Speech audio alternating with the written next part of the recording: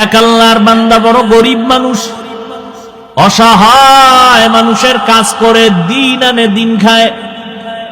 কাজ করলে ঘরের চুলায় আগুন জ্বলে, কাজ না করলে ঘরের চুলায় আগুন জ্বলে না। ওই আল্লাহর বান্দা প্রতিদিন কাজ করে সন্ধ্যাবেলা টাকা নিয়ে বাজারে যায়, কিছু বাজার করে ঘরে আসে, কোন রকম সংসার চালায়। আজ বাজারে গিয়ে একটা আওয়াজ শুনি, আমার আল্লাহর কালাম পাওয়া যায়, আল্লাহর কোরআন পাওয়া যায়। এটা যদি ঘরে রাইখা দেও, ঘরের মধ্যে অনেক বরকত হবে। জীবনে আল্লাহর কোরআন দেখে নাই, পড়ে নাই, কই পাওয়া যায় ভাই? আওয়াজ দিল কই, কই লাইব্রেরির মধ্যে যাও, গেছে। আজ আল্লাহর বান্দা শখ শখ কেটে ঘরে রাখলে বরকত কথা, ঠিক আছে আজকে আর খানা খাবো না, এই আমার একটা কোরআন দাও, কয় টাকা? এত টাকা নাও, আজকের বাজার টাজার নিয়ে এক রাত না খাইলে কি হইব? লাইব্রেরিয়ান ব্যক্তি বলে দিছে, এই আল্লাহর বান্দা ঘরে রাখবা, তবে এটা নিচে রাখবা না, বিনা উজুতে ধরবা না। আল্লাহর বান্দা কোরআনটা লাইব্রেরি থেকে নিয়ে ডাইরেক্ট বাড়ি চলে গেল রাতের বেলা।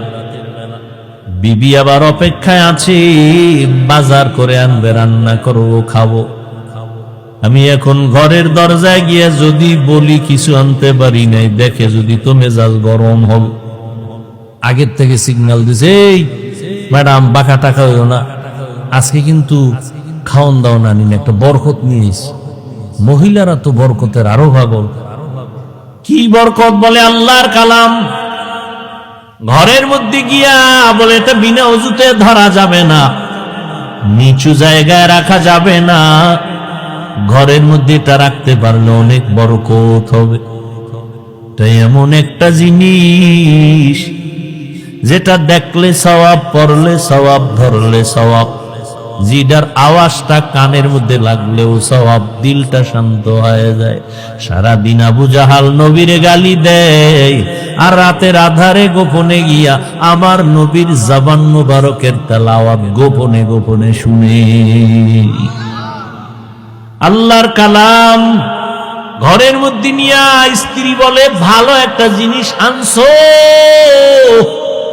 তবে অন্তরে ভয়, এটা তো উঁচা জায়গায় রাখতে হবে। আমরা তো বড় গরিব মানুষ, উঁচা জায়গাও নাই, ছোট একটা ঝুপড়ি ঘর, এখানে এই জিনিসটা রাখার মতো কায়দাই নেই। বিবি দিনদার, স্বামীরে পরামর্শ দেয়, পেরেশানি দূর করে দেয়।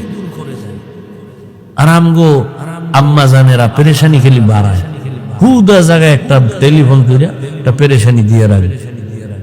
আল্লাহর বান্দি বলে, দরকার নাই, বেয়াদবির থেকে বেঁচে থাকি, কাল সকাল বেলা না হয় এখন পারলে ফিরাইয়া দাও, এখন পারবো না, কালকে দিতে হবে। কয় এটা ফেরত দিয়ে সঙ্গ করে রাখা যাবে না, রাখার জায়গা নেই, তাই হুদা এটা নিয়ে একটা বড্ড আর তলে ভরুম, এটা দিও।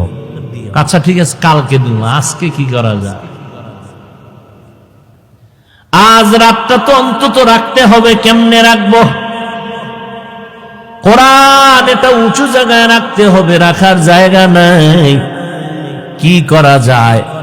আল্লাহর বান্দি, ঈমানওয়ালা বান্দি, দ্বীনের মুহাব্বত ওয়ালা বান্দি ডাক দিয়া কয়, স্বামী আমার, আমি একটা পরামর্শ দেই, দেখেন হয়নি কি? অর্ধরাত্র আমি মাথায় নিয়ে কোরআনটা দাঁড়ায় থাকবো, আপনি ঘুম যাবেন, বাকি অর্ধরাত আমি একটু বিশ্রাম করব, আপনি মাথায় নিয়ে দাঁড়ায় দাঁড়ায় কোরআন পাহারা দিবে। স্বামী বেচারা ডাক দিয়ে কয়, আল্লাহর শুকর, তুমি যেহেতু রাজি হয়ে গেছো, অর্ধরাত্র আজকে না ঘুমাইলে কি হবে, আমি কোরআন মাথায় নিয়ে দাঁড়ায় থাকবো। দুইজনেই সিদ্ধান্তে এক হইয়া টাইম ভাগ করে অর্ধরাত আল্লাহর বান্দা মাথায় কোরআন নিয়ে দাঁড়ায় আছেন, বাকি অর্ধরাত স্ত্রী মাথায় কোরআন নিয়ে দাঁড়ায় আছে। ফজরের আজান হয়ে গেছে, একজন একজন ওযু বানাইয়া যায় নামাজে নামাজ পড়লেন। নামাজের পরে বলে, এটারে ফেরত দিয়ে আসো, বেয়াদবি হবে, আল্লাহ বেজার হয়ে যাবে। স্বামী বলে যে আনলাম কষ্ট করে টাইনা দিয়ামু, ভিতরে কি একটু দেখি, খুইলে টুইলে দেখলাম না কি ভিতরে। একই যায় নামাজে দুইজন বইয়া এবার দেখতেছে, খুলতেছে পৃষ্ঠা, উল্টায় উল্টায় উল্টায় আঙ্গুল টানে আঙ্গুল টানে আঙ্গুল টানে দনোজন। মাওলা পাকের বড় কুদরত, মুহূর্তের মধ্যে শুরু থেকে শেষ পর্যন্ত আঙ্গুল টেনে টেনে টেনে টেনে লাইনে লাইনে পুরা কোরআনটা পৃষ্ঠা উল্টানো শেষ।